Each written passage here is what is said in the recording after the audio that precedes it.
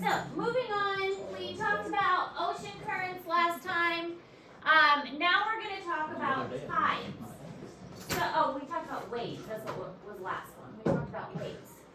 So, waves were, we had that for bell work the other day. It was trough and crest and wavelength and all of that.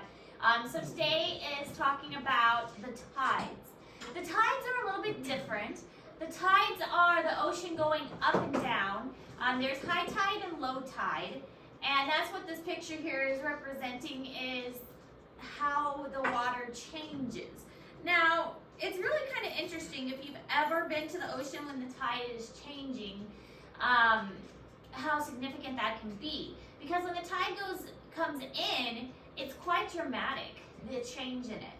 Tides are regular changes in the elevation of the ocean's surface.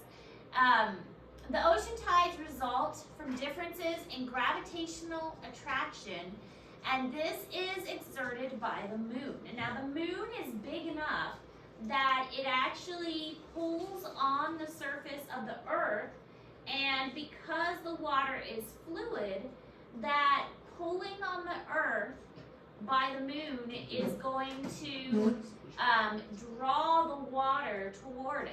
And we're going to look at some pictures that demonstrate that. My extra student. It's okay. You're welcome. I seem to acquire extra students quite often, so, I mean, as long as I'm not missing students. Bless you.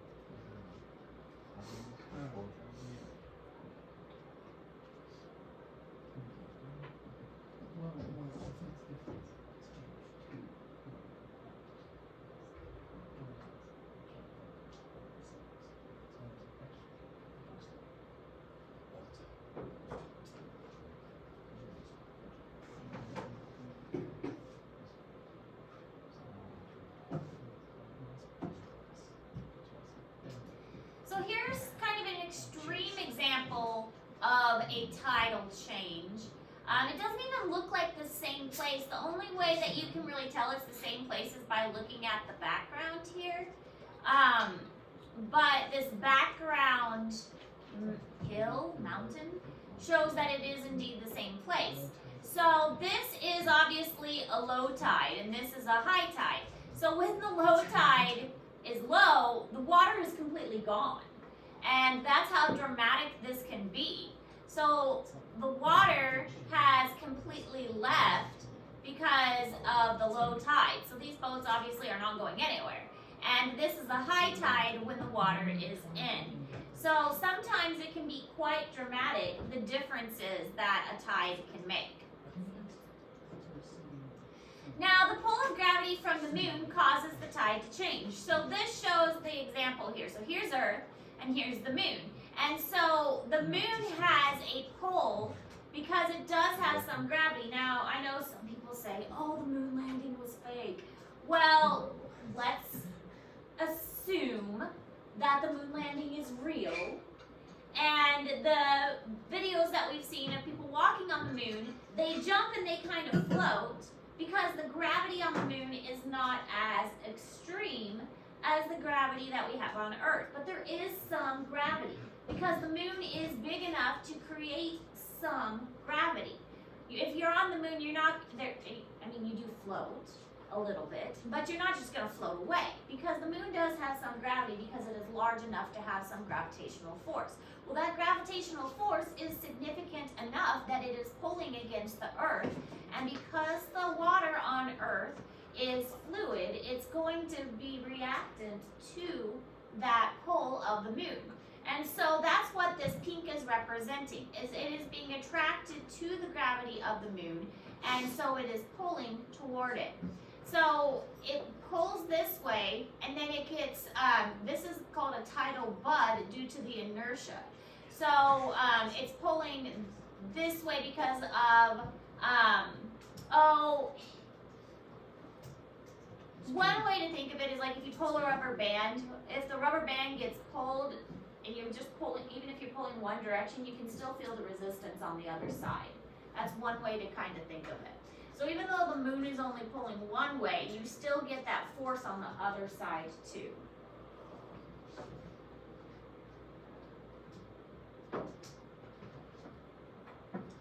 Now this is in Google Classroom because I felt a little sorry for you that I felt like that was a lot to write down. So the Earth is a rotating sphere covered in water.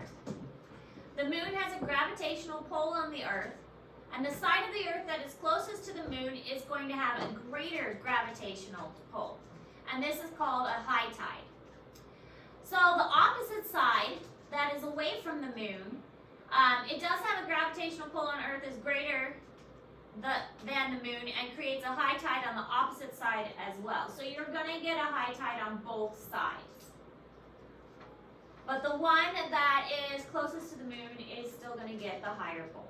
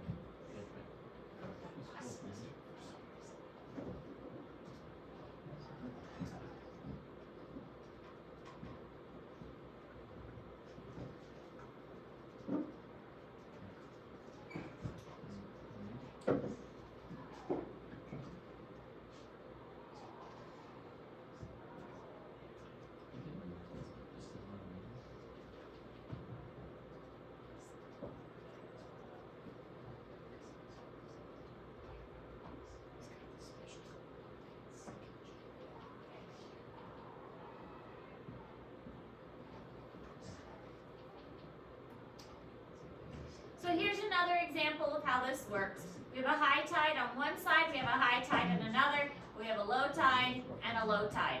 And it has to do with the rotation of the Earth and where the moon is located. So the moon is responsible for the tides. So here is showing the sun and the moon. Now, the high tides remain in place as the Earth rotates. Now, most seashores experience 2 high tides and 2 low tides within a 24-hour period. So, the Earth rotating is what changes this. The Earth is rotating through the high and the low tides because it's the Earth rotation that causes the change.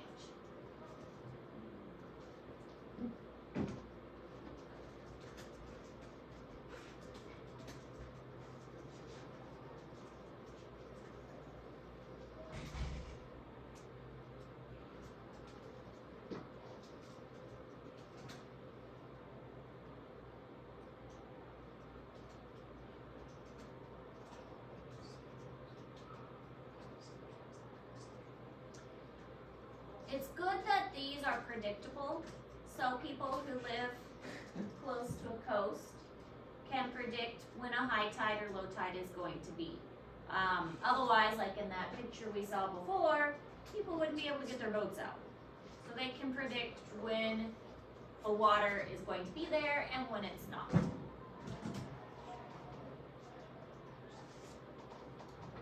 So at least that's helpful.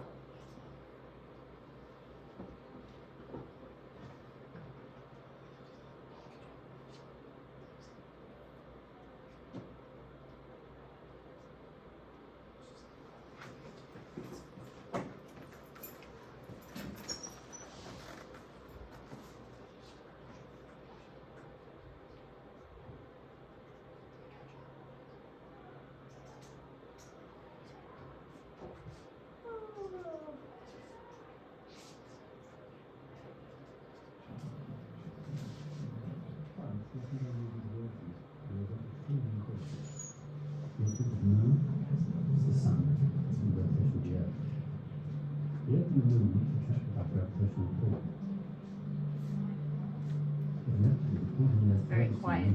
Step aside, they'll go. Thus, the gravitational force doesn't check the stretch in the neck, causing the state to form in the relations between tidal bulges or static tides.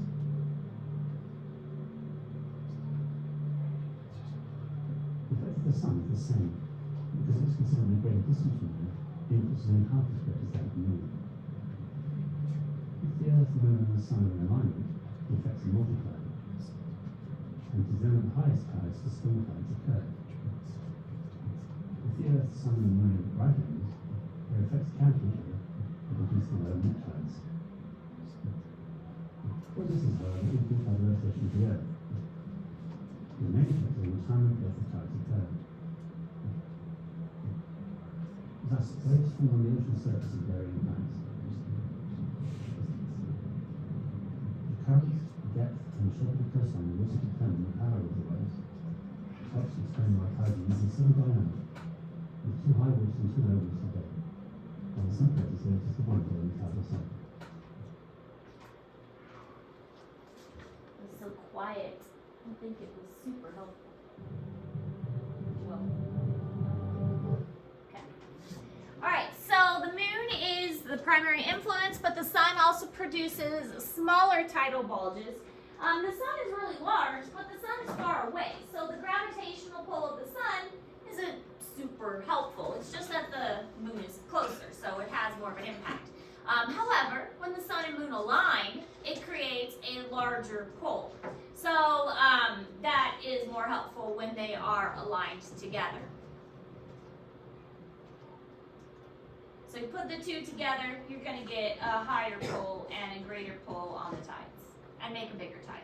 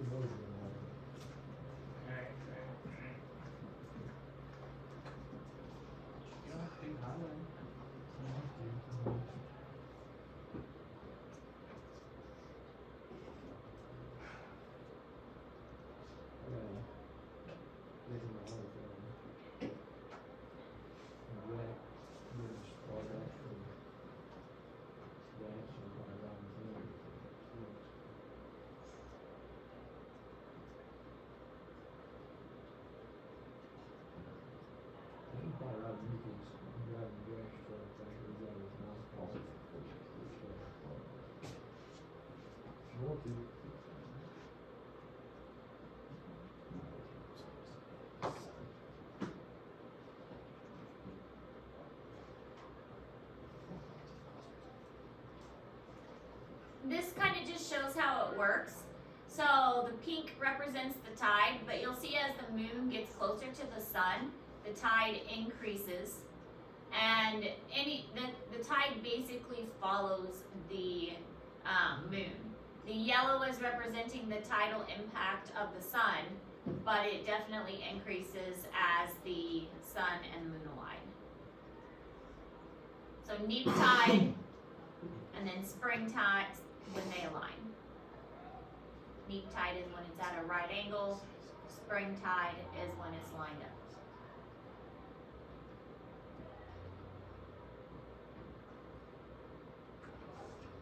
So spring tides are tides that have the greatest tidal range due to the alignment of the Earth, Moon, Sun. Earth, Moon, Sun all lined up in a row, you get a spring tide. And just like that animation was showing, it can be the Earth, Moon, Sun, 1, 2, 3, or it could be the sun, the earth, and then the moon on the other side. That is also a spring tide. So sun, earth, and then moon on the other side. That's also a spring tide.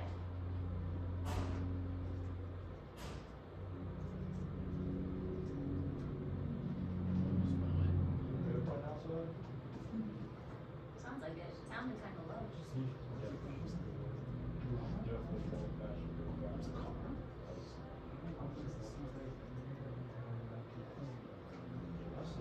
He's been gone since Tuesday. I see. It's good things about driving.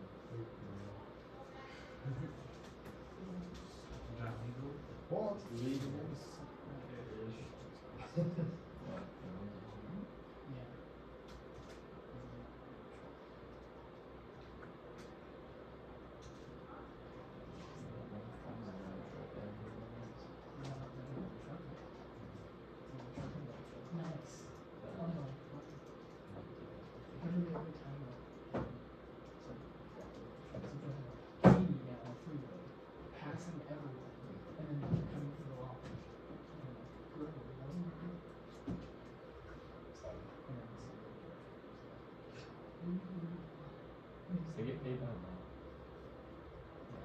So the sun and the moon are at right or 90-degree angles to each other. This is called the neap tide, and they still are going to affect each other, but the tide isn't going to be as strong as when they're in a straight line to each other.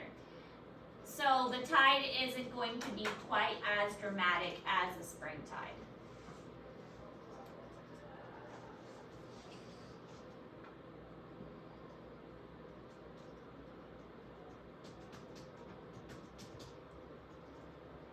You're still getting your high tide and your low tide, but it's not as dramatic as the spring tide would be.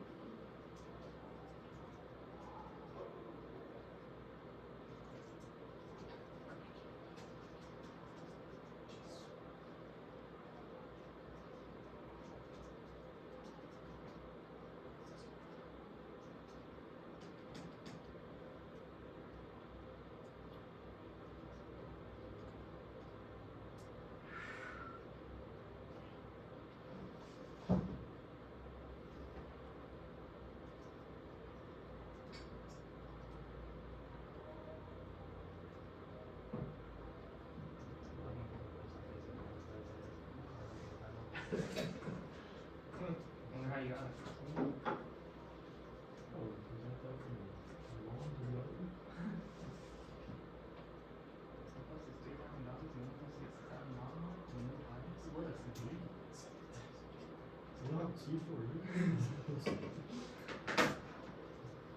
Oh, okay, we can't find it.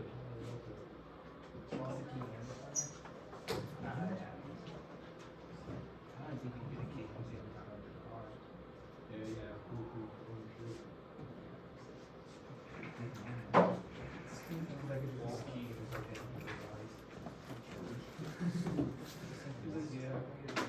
We were talking about how people posting about vehicles on their license plates.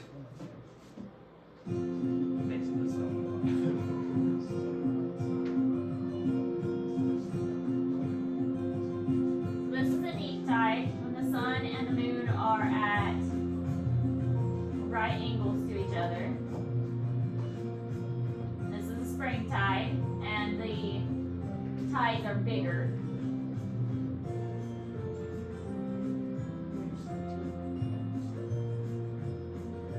Neap tide.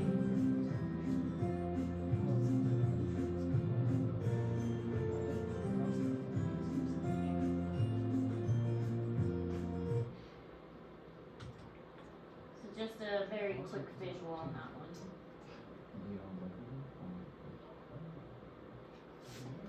So every month there are 2 spring tides and 2 neap tides. They're about a week apart. Because there's usually 4 weeks in a month. As the earth is rotating around.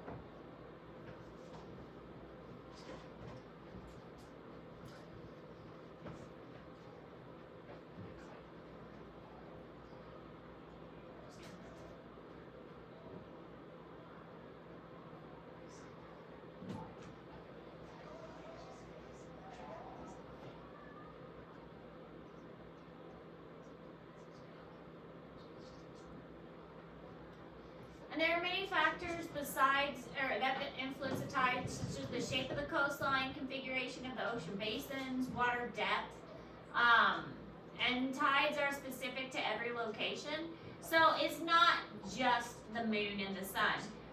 If you have a latitude or longitude, if it's really high up, where it's positioned on Earth, if it is cold water versus warm water, if it is an island shore versus a continental shore, if it's a cliff versus a gradual beach, if there's a coral reef nearby, all of these things are going to have an impact as well on the tidal pattern. So there's a lot more that goes into it than just, oh, the sun and the moon.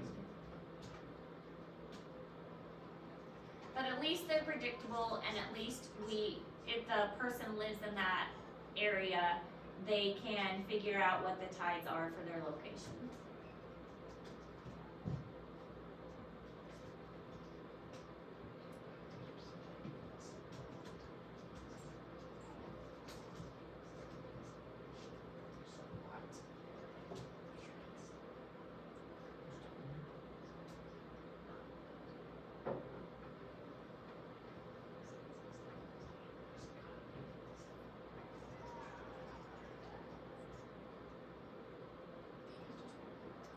So there are three main tidal patterns exist: diurnal, semi-diurnal, and mixed tides.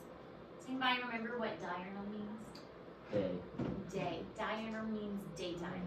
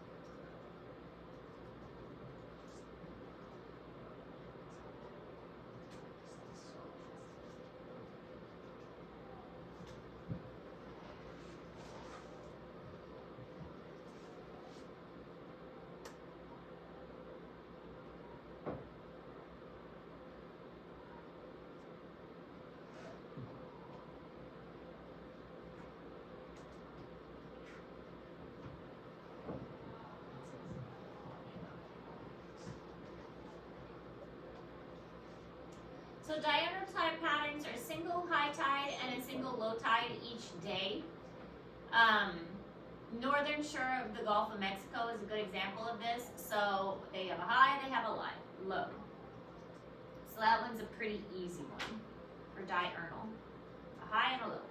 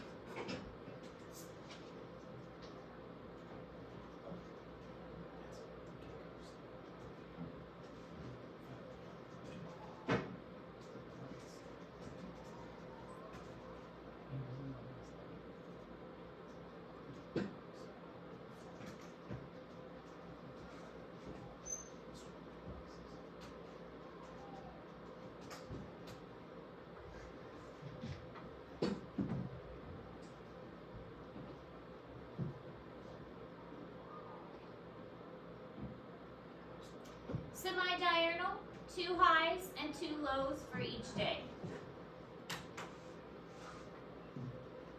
And this is in the Atlantic coast of the United States. 2 highs and 2 lows.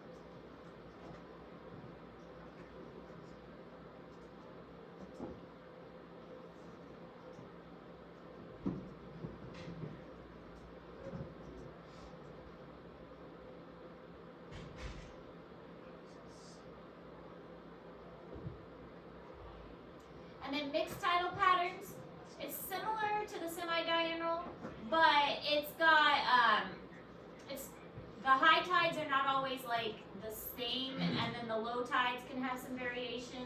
So you're gonna just have some variation. Like the water isn't always gonna come up to the same height, and the low tide isn't always gonna go down to the same depth. So it's not always as predictable how high it's going to be and how low it's going to be. I mean, it usually occurs at the same time of day, but it's just going to vary as far as like how much water comes in and how much water actually leaves. And this is along the Pacific coast of the United States. And these are more common throughout most of the world. You can usually predict when it's going to happen, but as far as how much water comes and leaves, that's a much more common occurrence.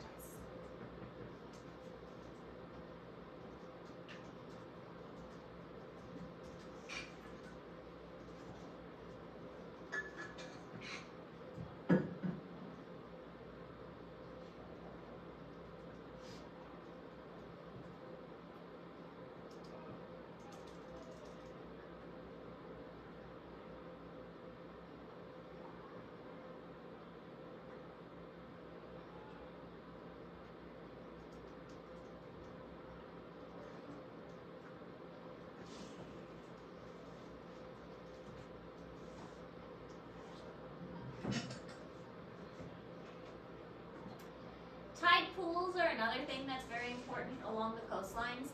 These will hold water for longer periods of time, so that animals that get stranded when the tide goes out are able to survive.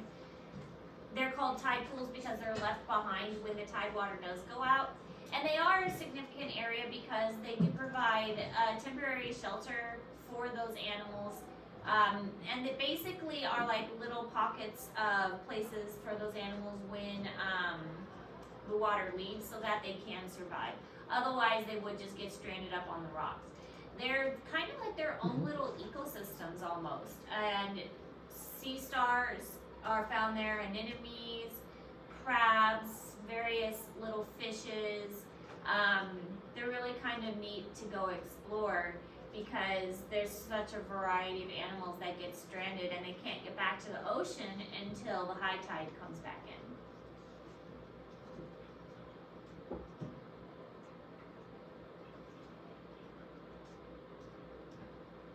Other animals will of course come to eat the animals that are stuck in the tide pools.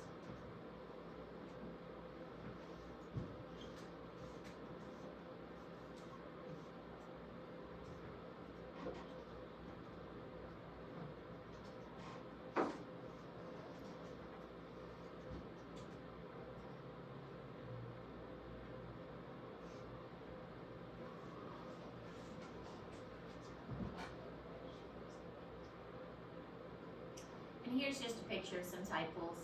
The water has receded because of low tide, left these puddles behind. They're not going to really evaporate because the high tide will come back in and replenish them later on. Here's some examples of a high tide and a middle tide zone, and here's a low tide zone, and just the different animals that'll live in those places. All right, that's all the notes for today. So you had another assignment that was due today.